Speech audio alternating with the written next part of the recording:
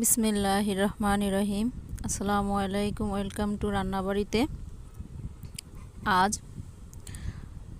দেশি চিয়া হাঁস, যেটা যাই বলুক, চীনা হাঁস বা চিয়া হাঁস, আমরা এই হাঁসটা দুইটার মধ্যে একটা জবাই করে পিকনিকের মতো করা হয়েছে। আমার ছোট কাকির পালিত হাঁস। দেখুন, একটা হাঁস জবাই করার পর কতগুলা মাংস হয়েছে, মাশাল্লাহ। প্রথমে ফ্যানে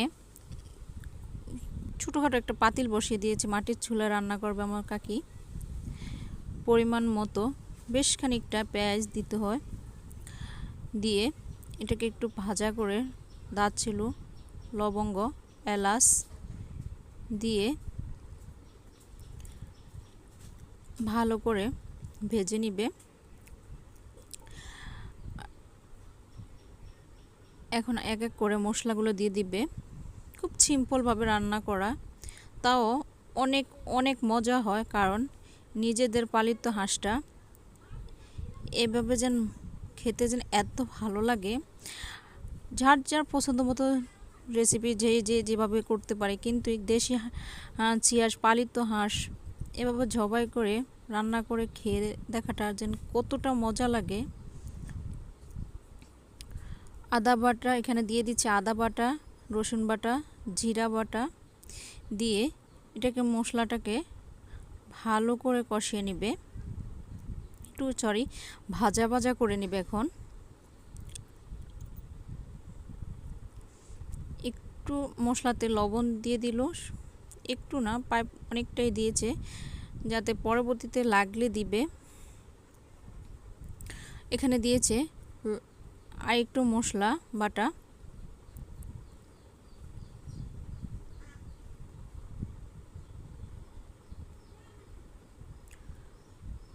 এই তো এখন মশলাটা ভাজা হয়ে গেছে। এখন দিয়ে দিব হলুদের গুঁড়া, মরিচের গুঁড়া, লাল লাল মরিচের গুঁড়া,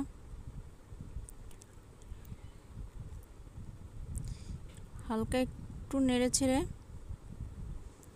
বেশ খানিকটা পানি দিয়ে দিবে, কারণ মশলাটা যত কষানো হবে ততই নাকি টেস্ট হয়ে আসে।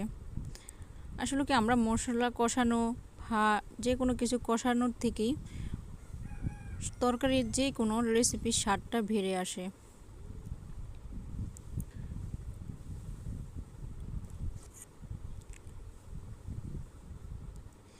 মশলাটা পায় তেল উপর থেকে যখনই ছেড়ে দিবে, তখনই মশলাটা পায় কষানো হয়ে যাবে। এটাই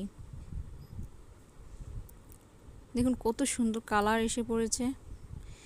এখন কাকি ছোট ছোট করে হাত দিয়ে সবগুলা মাংস দিয়ে দিবে।